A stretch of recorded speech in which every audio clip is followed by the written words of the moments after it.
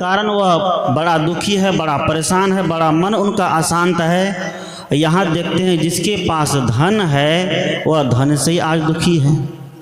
इसलिए सबके पास कोई न कोई उपद्रव, जब तक शरीर रहेगा, शरीर रहते रहते कोई न कोई उपद्रव आना ही है। लेकिन जो विवेकी व्यक्ति होता है, जो समझदार व्यक्ति होता है, जो ज्ञानी व्यक्ति होता है, अपने विवेक से, अपने ज्ञान से जीवन में जितने भी उपद्रव आते हैं, जीवन में जितने भी दुख आते हैं, जीवन में जितनी भी पीड़ा आती है, सबको खत्म करते चलते। इसलिए कबीर साहब ने कहा कि सुख दुख इस संसार में सब काहू के होए, ज्ञानी काटे ज्ञान से, मूर्ख काटे रोए। सदगुरु कहते हैं कि सुख और दुख इस संसार में सबको समान रूप से हो रहा है। एक ज्ञानी है तो ज्ञानी को भी भूख लगती है तो खाने का दुख, प्यास लगती है तो पीने का दुख, शरीर में कोई रोग लग जाता है तो औषधि का दुख। इस तरह से देखते हैं एक ज्ञानी व्यक्ति भी समाज में रह करके शरीर का दुख को भोगता है। शरीर का दुख भोगना ही है, चाहे कितने बड़े ज्ञानी हो जाए, शरीर में अगर रोग लग जाए तो उसको भोगना ही पड़ेगा। लेकिन उस रोग को भोगते हुए वह ज्ञानी व्यक्ति उसमें दुखी नहीं होता है, उसमें परेशान नहीं होता है, उसमें हाय तौबा, हाय मैयो, हाय बापो नहीं करता है। लेकिन वहीं पर ये अज्ञानी को अगर दुख हो जाए, दुख की बात छोड़िए, अगर किसी व्यक्ति ने कोई बात कह दी तो वह बात अब उसके गले उतर जाती है और जीवन भर नहीं भूलता है। उसी बात को घुमा करके अपने मन में पाले रखता है और पाले पाले उसी अपने ही विचार से, अपने ही बात से इतना दुखी होता है कि अपने जीवन को नरक बना लेता है। इसी सदगुरु कहते हैं कि सुख और दुख ये दुनिया के दोनों भाई हैं। ये भजन में सुनते हैं ना कि सुख दुख दोनों होते जिसमें जीवन है वो गांव, कभी धूप तो कभी छाँव। ये सुख और दुख अगर जीवन में नहीं आएगा तो व्यक्ति का जीवन कभी भी मजबूत नहीं बन सकता है। जीवन कभी भी मजबूत नहीं बनेगा। हम फसल लगाते हैं, फसल अभी गेहूं लगाने के सीजन है, मक्का लगाने के सीजन है, और ठंडी नहीं पड़े, ठंडी से गेहूं की फसल को सामना नहीं करना पड़े, क्या गेहूं की फसल होगी? नहीं होगी। वो फसल नष्ट हो जाएगी, फसल बर्बाद हो जाएगी। क्योंकि ठंडी के मौसम से गेहूं बराबरी करता है, उससे लड़ता है, उससे संघर्ष करता है। ये आंधी तूफान आते हैं, आंधी तूफान में ये सभी फसलें संघर्ष करती है, तब जाकर के वह मजबूत बन करके हम लोगों के दरवाजे पर आता है। सदगुरु कहते ठीक उसी तरह हम लोगों का भी जीवन है। दुनिया में ये उपद्रव, ये दुख, ये पीड़ा, ये संताप, ये परिवार में कलह, कल्पना, राग, द्वेष, झगड़ा, लड़ाई ये होते रहेंगे। लेकिन इसी बीच रह करके हम सबों को अपना उद्धार का काम भी करना पड़ेगा, अपने जीवन कल्याण का काम भी करना पड़ेगा। अगर इसमें रह करके हम बिखर जाते हैं और हम अपने अंदर से मजबूत नहीं बन पाते हैं, हम अपने आप में संगठित नहीं बन पाएंगे, तो समझिए कि हमारा जीवन दुखी रहेगा। कभी हम सुख को हासिल नहीं कर पाएंगे। इसलिए सदगुरु कहते हैं जो व्यक्ति अपने आप में मजबूत होता है, जो व्यक्ति अपने आप में सबल होता है, जो व्यक्ति अपने आप में सावधान होता है, उस व्यक्ति को दुनिया में कोई भी दुखी नहीं कर सकता है, कोई उसको दुख नहीं दे सकता है। भले हमको कोई बाहरी आघात के द्वारा हमारे शरीर को कष्ट पहुंचा दे, हमारे मकान को कष्ट पहुंचा दे, हमारे दुकान को कष्ट पहुंचा दे, खेती बाड़ी को कष्ट पहुंचा दे, गाड़ी मोटर को कष्ट पहुंचा दे, लेकिन एक ऐसा व्यक्ति होता है जिनका सब कुछ बर्बाद हो जाता है, लेकिन सब कुछ बर्बाद होने के बाद भी जिसके अंदर अपना विवेक है, जिसके अंदर अपना आत्मबल है, जिसके अंदर अपना मनोबल है, वह व्यक्ति सब कुछ को बर्बाद होते देख करके भी शांत रहता है। क्योंकि वो सोचता है जो करने वाला हमारे ऊपर गलत किया है, अगर हम भी उसमें पढ़ करके गलत हो जाएं, तो कबीर साहब ने कहा कि वो तो वैसा ही हुआ तू मति होहु अयान, वे निर्गुणिया तय गुणवंता मत एक ही में शान। सदगुरु कहते वह तो वैसा हो गया। अगला व्यक्ति हमारे लिए गलत करता है तो हमारा कर्तव्य ये होता है कि हम वैसा न करें। कहा जाता है एक बार एक सुंदर मकान था, बड़ा सुंदर मकान, देखने में एकदम चमचम लगे, ग्रेनाइट मार्बल से एकदम सजाया हुआ, लाइट से सजाया हुआ, बड़ा चकमक करे मकान।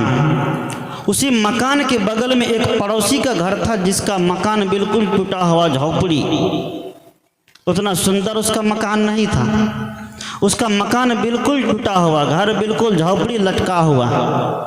वह झोपड़ी वाला व्यक्ति उस चमचमाते मकान को देखे तो उसके मन में बड़ी ईर्ष्या हो, बड़ा द्वेष हो कि इसका मकान इतना सुंदर कैसे हो गए। उसको बड़ी ईर्ष्या हो, बड़ा द्वेष हो। तो झोपड़ी वाला व्यक्ति क्या करता है, अपने घर की सफाई करके कूड़ा कचरा ले जा करके उसके मकान के सामने गेट पर ही फेंकने लग गया। वह चमचमाते मकान वाले व्यक्ति देखता है कि ऐसा करता है हमारा पड़ोसी। हम लोगों के पड़ोसी अगर ऐसा कह दे तो हम लोग क्या कहेंगे, तुम चलो जार जार तो हम चलेंगे पात पात। उन्हें लगता है ना, कभी किसी दिन अपने पड़ोसी के घर के सामने जाके छोरा घुसा फेंक कर देखिएगा, भाला फरसा लाठी सब निकल जाएगा, निकलेगा ना। उस व्यक्ति ने क्या किया, गरीब जो था, जिस झोपड़ी में रहता था, अपने घर का कूड़ा कचरा ले जाकर के समेट बटेर गोबर करची सब उसके मेन गेट के सामने ही रख दे। लो तुम जीवन भर एकदम परफ्यूम का सेंट लेते रहो सुबह से शाम तक। वो मकान वाला व्यक्ति जो था, जिनका मकान चमचमा रहा था, वह व्यक्ति सोचा कि बगल वाले मेरे साथ जैसा कि अगर हम भी उसके साथ वैसा करने लग जाए तो मामला बढ़ जाएगा। बढ़ेगा कि नहीं? मामला बढ़ जाएगा। अगर वो आज एक दिन हमारे घर के सामने फेंका है, कल भी अगर हम उसके घर के सामने फेंक देंगे तो ये झगड़ा कभी समाप्त होने वाला नहीं है। उस व्यक्ति ने कहा कि हमें झगड़ा बढ़ाना नहीं है, इसलिए ज्ञानी का लक्षण होता है, ज्ञानी मारे ज्ञान से व्याधा मारे तीर, सदगुरु मारे शब्द से साले सकल शरीर। ज्ञानी ज्ञान की मार देते हैं, जो बंदूक वाले होते हैं बंदूक की मार देते हैं, और बंदूक की मार से ज़्यादा ज्ञान की मार होती है। एक बार अगर ज्ञान की मार लग गई तो समझिए उसका पूरा जीवन ही क्या होता है, संभल जाता है, सुधर जाता है। उस व्यक्ति ने कहा कि बगल वाले हमारे घर के सामने कूड़ा कचरा डाला है, इस लड़ाई को समाप्त कैसे करेंगे।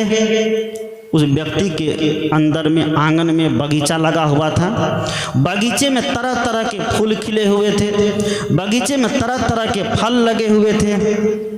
वह व्यक्ति सवेरे जगता है, नहाता है, धोता है, अपने सिद्धांतानुसार तिलक चंदन लगाता है, स्वच्छ कपड़ा पहनता है, एक टोकरी लेता है, टोकरी में सेब फल तोड़ता है, अमरूद का फल तोड़ता है और फूल तोड़ता है। टोकरी फल और फूल से भर करके ले जा करके गरीब व्यक्ति को दे देता है, लीजिए आप इसको ग्रहण करिए।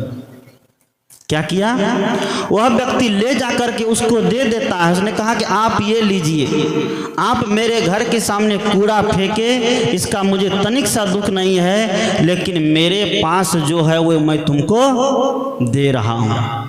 और दुनिया में ये नियम है, आप जो देंगे वही मिलेगा। मिलेगा कि नहीं? आप गाली देते हैं तो आपको बदले में गाली मिलेगी, आप प्रेम देते हैं तो आपको बदले में प्रेम मिलेगा, आप गांव समाज में सामंजस्य की भावना देते हैं, आपको भी वही सामंजस्य की भावना मिलेगी। और आप ईर्ष्या देते हैं, द्वेष देते हैं, क्रोध देते हैं, गाली देते हैं और बदले में चाहेंगे कि हमें प्रेम मिले, हमें सम्मान मिले, हमें सुंदर व्यवहार मिले, तो कभी नहीं मिल सकता है। क्या मिलेगा? कभी मिलने वाला नहीं। सदगुरु कहते हैं हम मनुष्य, हमारा कर्तव्य है, अगर बगल वाले सामने वाले हमसे क्रोधित होकर बोले, हमसे ईर्ष्यावश बोले, हमसे झगड़ करके बोले, तो हमारा कर्तव्य है कि हम प्रेम की भाषा में उनको जवाब दें। और प्रेम जीतता है। लड़ने वाला आज तक कभी हार कर ही दुनिया से पार हुआ है, लेकिन जो प्रेम से चला है, जो प्रेम पर रहा है, वह व्यक्ति हर समय जीता है। सदगुरु कहते हैं कि सुख दुख इस संसार में सब काहू के होए, ज्ञानी काटे ज्ञान से मूर्ख काटे रोए। तो हमें ज्ञानी की शरण में जा कर के हम अपने ज्ञान की लौ को जगा लें। जैसे एक जले हुए दीपक हजारों दीपक को जला देता है, जलाता है कि नहीं? एक जला हुआ दीपक हजारों बुझे हुए दीपक को जला देते हैं, और हजारों बुझे हुए दीपक मिल करके क्या एक दीपक को जला पाएंगे? बोलिए। हजारों बुझे हुए दीपक में तेल भी है, बत्ती भी है, हर चीज है, लेकिन हजारों बुझे हुए दीपक मिल करके एक दीपक को नहीं जला सकता, लेकिन एक जला हुआ दीपक हजारों दीपक को जला देते हैं। सदगुरु कहते हैं इस संत गुरुजन जो मन पर विराजमान है, हमारे घर में जो माता पिता हैं, यही हमारे लिए वर्तमान के सच्चे देव हैं। और इनके शरण में, इनकी छत्र छाया में, इनकी ज्ञान की रोशनी में हम जाते हैं, इनकी ज्ञान के दीपक के सामने हम जाते हैं, तो हमारा जीवन भी क्या होता है? प्रकाशमान हो जाता है। हमारा जीवन अहंकार से मुक्त हो जाता है, और जिसका जीवन अहंकार से मुक्त हो गया, समझिए वही ज्ञानी व्यक्ति दुनिया में है। कौन कितना वेद शास्त्र जानता है, कौन कितना श्लोक जानता है, कौन कितना रामायण स्तुति प्रार्थना सुबह शाम करता है उठ करके, इसका कोई महत्व नहीं है। महत्व इस बात का है कि हमारे जीवन में बदलाव कितना आया, हमारे जीवन में परिवर्तन कितना आया। अगर परिवर्तन नहीं आया तो सुबह शाम आप ध्यान करते रहिए, सुबह शाम आप स्तुति प्रार्थना सदगुरु के बताए हुए विधि अनुसार करते रहिए। अब बदलाव का नाम नहीं है तो समझिए ये स्तुति प्रार्थना, ये ध्यान कुछ भी काम करने वाला नहीं है।